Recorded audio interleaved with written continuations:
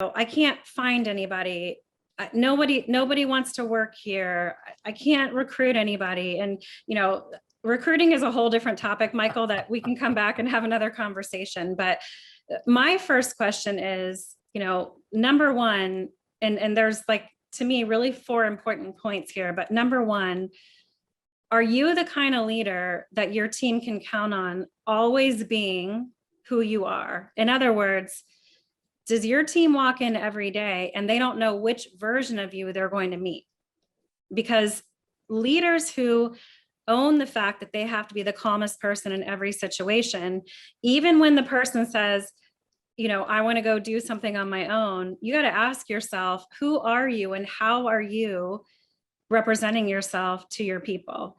Because if they can count on you, it changes everything. The second thing to me is, do you offer that environment for growth? And are you defining it in their terms, not your terms? So it's exactly what I said before. Are you trying to make your dream their dream? Are you asking your team what their dreams are and honestly supporting them in whatever happiness that they want to find inside of their life? This is a hard one for me, but if you go to my website right now, and we just redid our website, I'm like blown away by SSBC's social digital team, the work they're doing. And they really asked us some important questions. And on my website, it actually says, we want to be the company for you, regardless if you want to spend 1 year, 5 years, 15 years, 20 years with us. Whatever time you choose to spend with us, our only goal is that you look back on this time fondly. And I can tell you, we mean that from the bottom of our hearts. Right. Whatever that looks like, I want to make sure. But in order to be in this space, and this is the fourth thing that's huge, is I always have to be hiring and I'm always training. Like I can't have the attitude of, let's figure out your dream. You work the shifts that you need to work, transparency, paid time off. I can't afford to have 401k and paid time off if I'm not always hiring and always training, because the truth is I have to have more employees than I've ever had to have in my life so that I can make sure that my model, my margin does not go the wrong direction. Right. Yeah.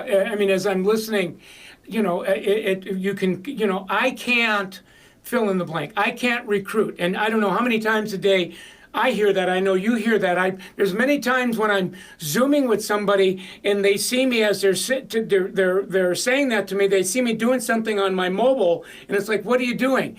I'm Googling top salons in your area to see if you're on page one. Because if you're not on page one, there's a corollary between you not being able to recruit and you're not on page one yet. That's one of the first things that people today, Generation Zs, are doing is how digitally awake are you? Somebody put in there the W-2s and they want everything, and I'm saying, are you showing your people how many people in your team are at those places that you say you can get to? Because talk about transparency.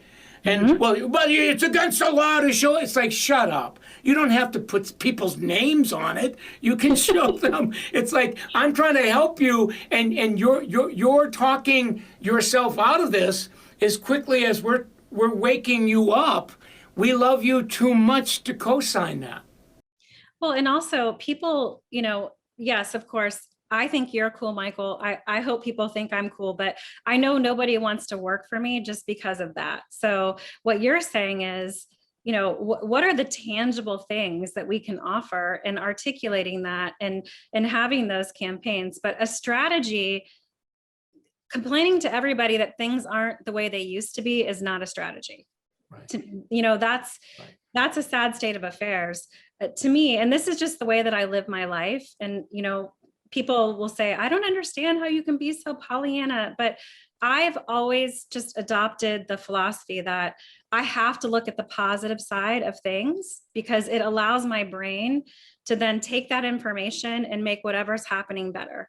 And I see a lot of positives. I see that my companies are having to be more employee centric than they've ever been in the history of their existence. And honestly, that makes me happy. I'm way more motivated by making sure that my team has more, can achieve more, can do more in whatever version that looks like for them, than I am worried about the fact that, oh my goodness, I have to hire and train more people. I'm just going to hire and train more people so that I can continue to have the type of company that's going to celebrate that side of people. And I think when you get in those murky waters, it's almost like you get thrown off, thrown off your skateboard, thrown off your surfboard, whatever your analogy is, your bike.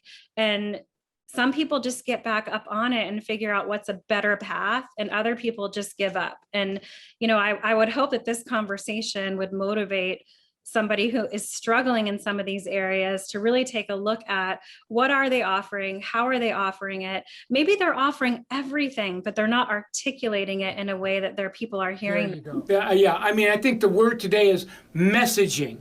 How are you messaging what you say you're offering? And then evidence how many of your people are realizing or achieving what you say is possible. And until we can lean in and level up to that place, we're going to be poachable.